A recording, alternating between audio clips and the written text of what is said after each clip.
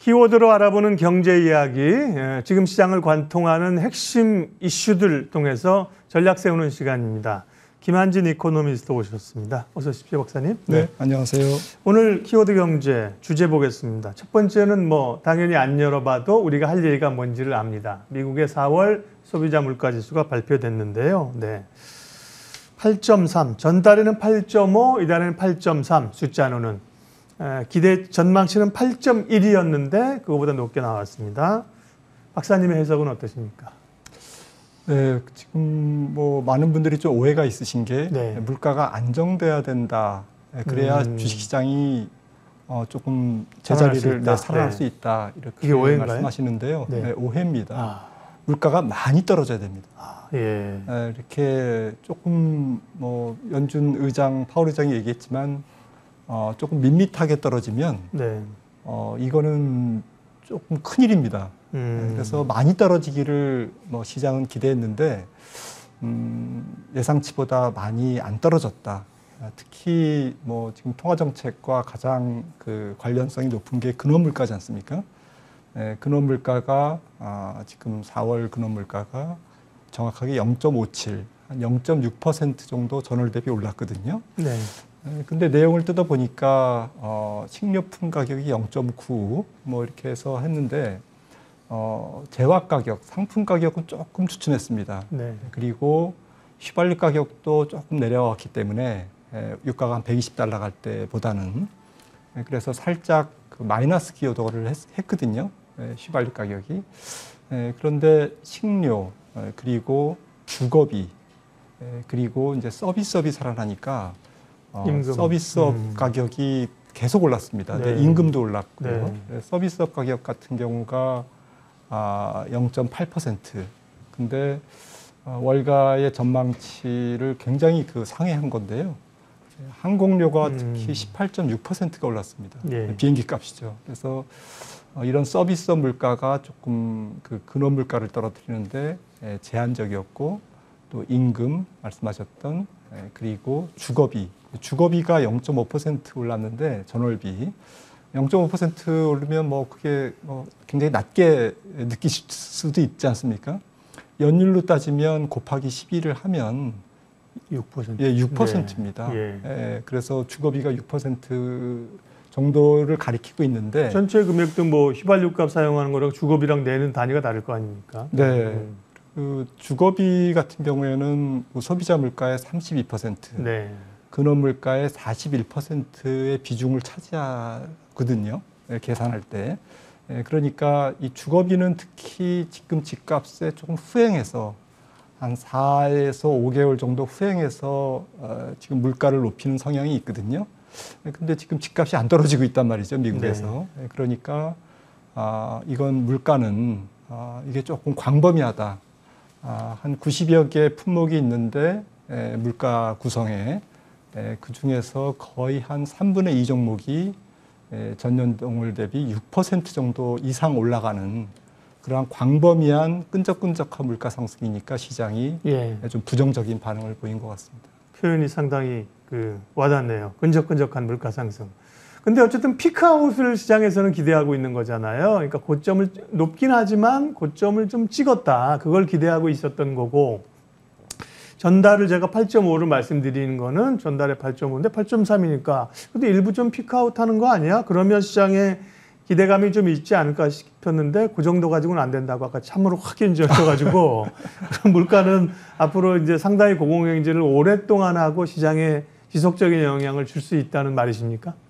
네, 그래서 긴축이 조금 느슨해지지는 않을 거다. 네. 소위 빅스텝이 6월, 7월 연속해서 있을 가능성이 높아졌다.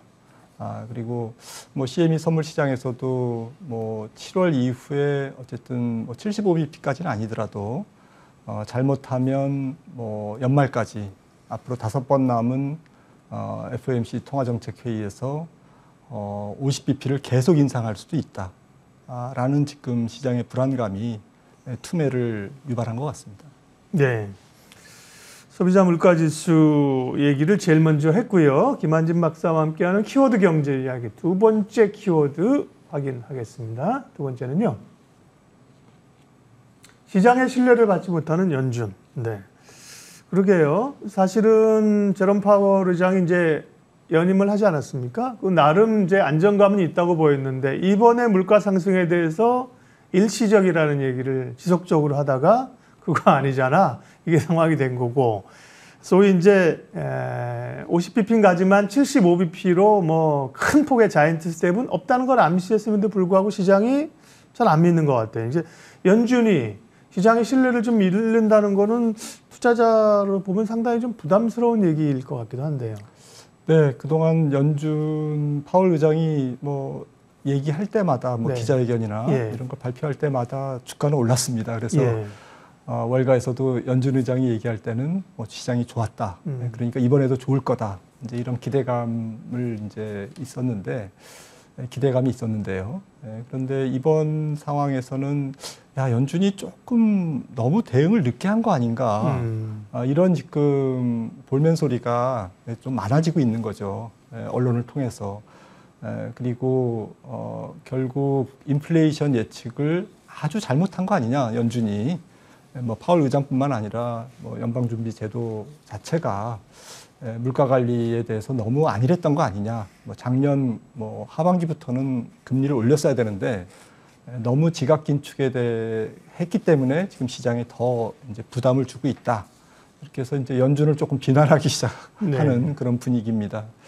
근데 어쨌든 뭐 연준 입장에서는 뭐 지금부터가 중요하죠. 근데 지금부터가 중요한데 우리 시장 입장, 증시 입장에서는 결국 조금 수요를 떨어뜨려서 금리를 조금 많이 올려서 그래서 수요를 조금 떨어뜨려서 경기를 조금 좀 눌러서 그렇게 해서 이제 조금 긴축을 하는 부담이 지금 하반기까지 연말까지 좀 많이 남아 있다. 이것이 이제 조금 주식시장의 가장 큰 부담인 것 같고요. 그 다음에 이제 좀 어제 물가와 관련해서 말씀드리면 지난주에 파월 의장이 얘기할 때 뭐 대략 숫자를 얘기하지는 않았지만 인플레이션이 좀 평탄화되면 그런 증거가 이번 물가 지표에서 발견이 되면 조금 뭐 어쨌든 그 기존의 통화 정책 그다음에 QT 양적 긴축 이런 것들을 시장의 예측대로 이렇게 전개해 나갈 것이다라고 얘기했는데 물가 전망이 어쨌든 연준이 보는 것보다 높게 나왔거든요. 근원 소비자 물가가 예. 0.6이니까요. 시장에서는 한 0.3 정도를 파월 의장이 했을 거라고 지금 생각을 했는데 그것보다는 한 2배 정도 전월 대비 상승률이 근원 물가 상승률이 한 2배 정도가 되다 보니까 어제 물가 지표에서 연준에 대한 신뢰가 갑자기 조금 싸늘하게 이렇게 좀 바뀐 게 아닌가 이렇게 생각을 합니다. 네. 그러면 앞으로 이제 연준의 선택은 어떻게 될까요? 이제 연준 의원들의 발언이 나오면서 뭐 75bp 얘기, 물론 파월 의장은 아닌데 주변에 다른 지역은행 연은 총재들에게는 75bp 얘기도 나오면서 소위 이제 빠른 금리 인상을 계속 언급하고 있는 건데요. 경기는 죽이지 않으면서 물가를 잡아야 되는 이 고충에서 앞으로의 그러면 연준의 선택, 긴축의 행보는 어떻게 예상하세요? 네, 저는 뭐 50bp를 2번 더 올리고 네. 그리고 나머지는 뭐 25bp 정도씩 가면서 올해 연말 정책 금리가 한 2.75 정도, 그 정도. 그러니까 이제 경기를 망가뜨리지도 않고 부양시키지도 않는 중립금리 수준보다 살짝 좀 높은 2.5보다는 조금 높은 그런 정도에 도달할 거다라고 이제 지금 보고 있고요. 그렇게 보는 근거는 어쨌든 물가는 높지만 말씀하셨듯이 물가의 정점은 좀 찍은 것 같고요. 하지만 조금 천천히 내려오도록 연준도 속도 조절을 할 거다. 속도 조절을 하는 게 이제 연말에 한 2.5에서 2.75 정도니까 지금 뭐 몇 달 전에 뭐 시장의 예측보다는 훨씬 높은 수준. 그런데 이제 결국 이러한 금리 인상을 연준도 시장은 경기가 조금 이겨낼 수 있을 거다. 지금은 이제 그렇게 보는데 뭐 전쟁이 길어지거나 유가가 더 오르거나 뭐 곡물 가격이 더 뛰거나 밥상 물가가 뭐 더 사정없이 뛰거나 이러면 연준도 이제 태도를 바꾸겠죠. 그러면서 통화 정책 경로가 인플레이션에 따라서 조금 더 누그러뜨릴 가능성은 있는데 그러니까 경기가 안 좋기 때문에 뭐 연준이 할 일이 적어지는, 금리를 많이 올리지 않아도 되는 그런 상황으로 가면 그게 주식시장의 또 부담인 거죠. 네. 그래서 이래저래 연준의 빅스텝이나 통화정책과 관련해서는 시장이 넘어야 될 산이 좀 많은 것 같습니다. 일단 두 번의 빅스텝 한 50bp 인상, 이후에 흐름이 괜찮아진다면 25bp, 네. 또 상황이 안 좋아진다면 그때 다른 판단할 수도 있겠죠. 네.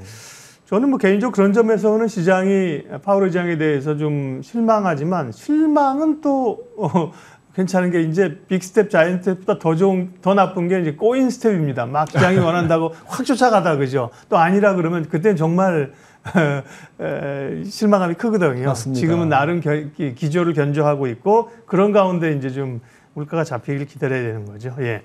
세 번째, 김한진 박사님과 이야기할 키워드 확인하겠습니다. 세 번째는요, 네, 4중고에 막힌 한국 경제. 보통은 우리가 뭐 3중고 얘기를 하는데, 네, 긴축, 긴축에 의한 금리 인상이죠. 네, 물가, 우리도 이제 물가 불안이 있고요. 또 환율, 오늘 환율이 지금 1283원, 80원대 다시 올라섰는데요.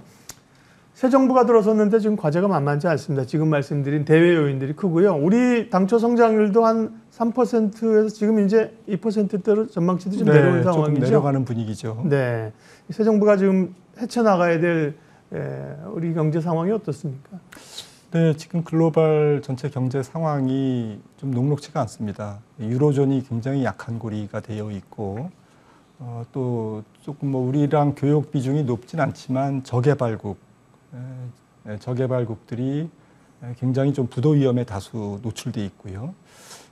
그리고 뭐 다 아시다시피 어쨌든 전체적인 세계 금리가 올라가면서 통화 긴축 사이클이 올해까지, 뭐 올해를 넘어서 내년 중반까지는 지속될 가능성이 높으니까 전체적으로 달러 강세, 경기 둔화, 그리고 우리나라 입장에서는 지금 무역 적자, 지금 5월까지 무역 적자 누계가 100억 달러거든요. 5월 1일에서 10일 통계만 해도 30억대 적자가 나왔고요. 그래서 이제 무역 적자에 지금 재정 수지가 안 좋고 국가 부채가 어쨌든 전 세계 OECD 국가 중에서 가장 높게 올라가는 국가이기 때문에 이런 부분이 이제 말씀하셨듯이 환율을 압박하면서 원화 약세로 이어지는 그런 상황이 될 것 같습니다. 이 모든 게 사실은 뭐 딱 한 가지만 말씀드리면, 유가가 안정되면 우리나라 대외 환경이 좀 좋아질 거다. 네.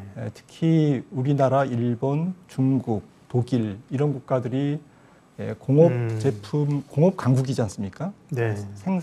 공업 제품을 잘 만들어서 수출을 많이 하는 국가인데, 이런 국가들이 대외 경기가 안 좋고 수요가 안 좋고 그리고 원가는 올라가고 이러면 이제 이중고에 시달리는 거거든요. 그래서 올 상반기까지는 이런 이중고, 삼중고가 뭐 조금 불가피하다.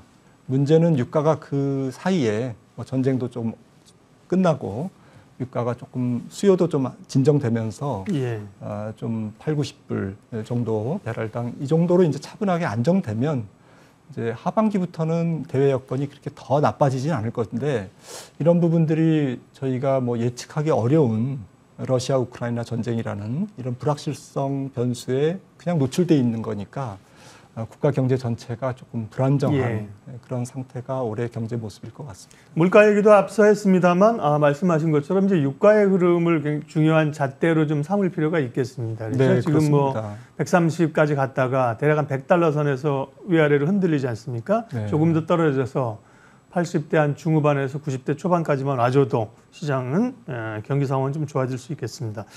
마지막으로 이제 국내 금리 얘기도 좀 여쭤보면서 끝낼 텐데요. 우리도 지금 지난번에 뭐 하는 총재가 사실 내정된 상황에서 금리를 올린 상황이고, 미국이 올리게 되면 금리 차 역전, 우리 한은도 금리를 올릴 수밖에 없는 구조가 지금 된 건데요. 한은의 앞으로 몇 번 정도 우리는 금리를 올릴지, 또 금리 올렸을 때 국내 기업들에 대한 부담은 크지 않을지 걱정이 됩니다. 네, 좀 큰일입니다. 아무래도 한국은행도 지금 국내 물가가 조금 굉장히 치솟고 있기 때문에 지금 이제 올해 5번, 뭐 미국도 마찬가지고 한 5번 지금 통화정책 회의가 남아 있습니다만 뭐 제 생각에는 뭐 5번 중에 한 4번 정도는 인상하지 않을까. 와. 그러면 25bp씩 4번 인상하면 1%지 네. 않습니까? 지금 1.5에서 연말에는 한 2.5.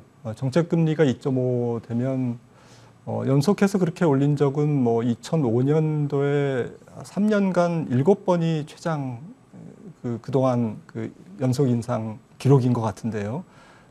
지금 5월 달에 올리면 5번 인상하는 거니까 이게 상당히 좀 가파른 인상에 지금 사이클에 들어갈 가능성이 높다. 일단 팩트는 그렇고요. 그 전에 이제 경기가 꺾여서 뭐 중앙은행들이 할 일이 조금 줄어드는 그런 경우를 예상을 해볼 수는 있겠습니다만, 그러면 이제 우리나라 경기 전체가 우리나라 올해 성장률이라든지 내년도 경기 전망이 이제 조금 더 안 좋아지는 이제 이런 상황이기 때문에 마켓에는 굉장히 또 안 좋은 부정적인 그런 시나리오가 되기 때문에 저는 좀 금리를 좀 올리고 그리고 좀 구조조정도 하고 그러면서 세계 경기가 조금 그래도 꾸역꾸역 성장하는 그런 시나리오를 조금 생각하고 있습니다만, 그런 경우에는 아무튼 한 뭐 5번 중에서 한 4번 정도는 인상하지 않을까 이렇게 예상합니다. 키워드로 알아보는 경제 이야기 오늘 여기까지 하겠습니다. 김한진 박사님 함께해 주셨습니다. 고맙습니다.